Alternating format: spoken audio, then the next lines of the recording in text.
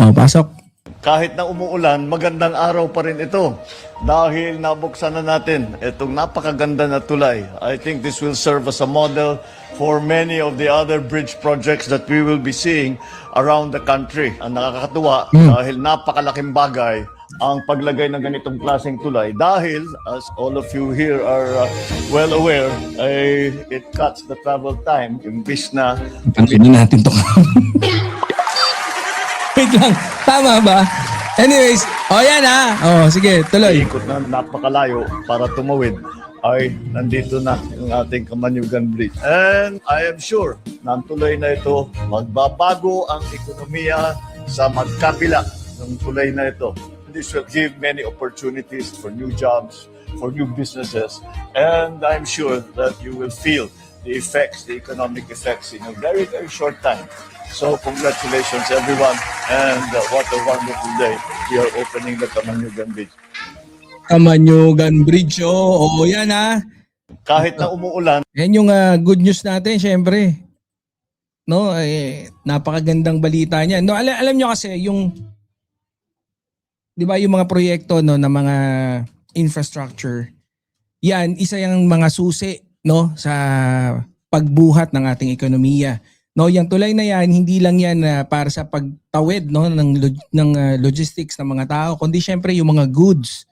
At ang mga tulay is magandang isang magandang uri ng infrastructure na magtutulay doon sa mga yung kabilang magkabilang panig niyan. Kahit naman nung unang panahon no pagdating sa mga tulay, kasi bukod sa napapabilis yung logistics, yung biyahe, no? The faster the goods na makaabot sa consumers, mas maganda para sa lahat, doon sa nagtitinda, sa consumers.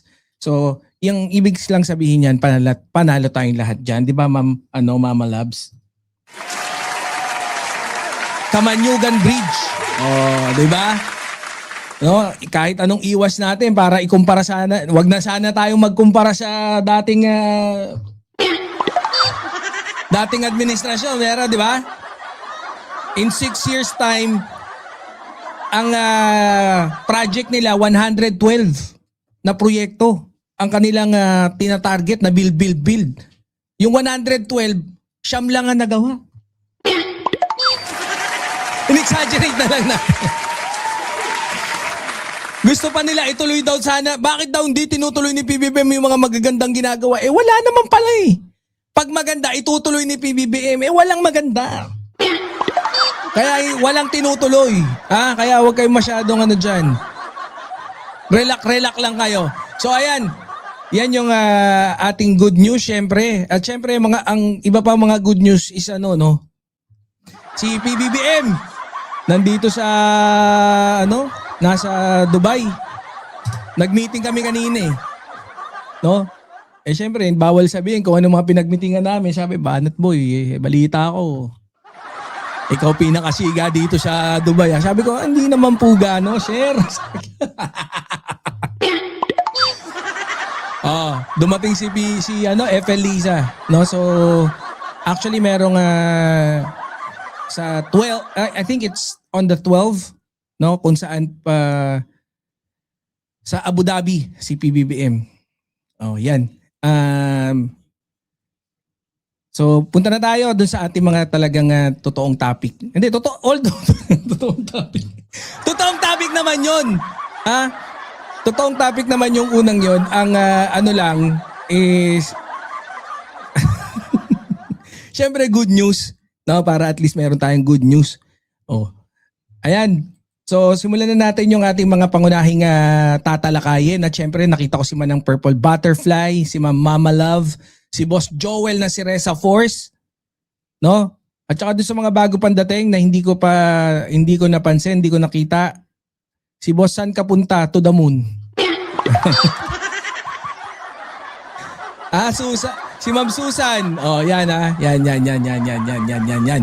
So, punta na tayo dito sa ating susunod na topic, no? Ano sabi dito? Sabi rito, no? Sa ating susunod na tatalakayin, Ito yung mainit na topic nung isang araw pa, 'di ba? And yun nga, ba't hindi ako pumapasok doon bigla sa second stage. Dapat papasok di ba? Ayan. So, eto, si Sundalong Kanin. Yung ampaw. Putsa, lelekat-lekat, pagkalekat-lek. Lelekat-lekat natin anak ng tibaklong May sira pala ang ulo. Wala. hindi. Meron lang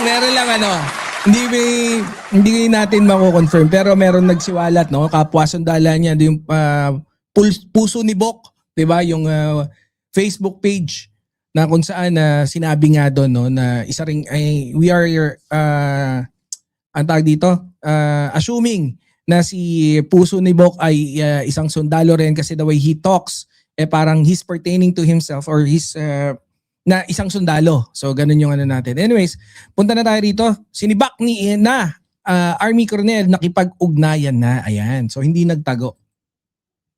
Pasok. Nakipag-ugnayan na sa kanyang mother unit ang inalis sa pwestong Army Colonel dahil umano sa pagbawi ng suporta kay Pangulong Ferdinand Marcos Jr. Ayon kay Major General Michael Logico. Dahil sa pagbawi, dyan ako busin na busin. Pwede naman. Lumabag sa konstitusyon na lang sana. Commander ng Training Command, bandang 7:30 kagabi, voluntaryong nagbalik loob si Colonel Aldi Mongao at isinuko ang kanyang sarili sa kontrol ng militar.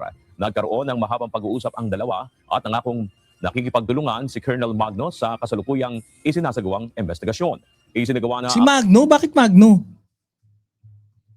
Hindi Magno, Mungaw. Di ba? Mali yata pagkasabi. Ewan ko lang Isinagawa na ang isang investigasyon upang matukoy ang posibleng mga kasong administratibo at legal na maaaring isampa laban sa kanya kaugnay ng kanyang pahayag online. Batay sa Facebook post ni retired Major General Romeo Pocis, iginiti Colonel Mongao na umano'y nawalan na ng moral ascendancy ang Pangulo sa pamumuno sa Armed Forces of the Philippines bilang Commander-in-Chief. Munggaw pala, hindi pala Mungaw. Anak ng teteng. Kaya sabi kasi tungaw Ang ulit na yung mga birador natin dyan sa baba Hindi naman pala, Munggaw. Hindi pala Mungaw. Munggaw pala. Kayo kasi, okay. Gayun din sa pamamahala sa mga Pilipino bilang Pangulo ng bansa.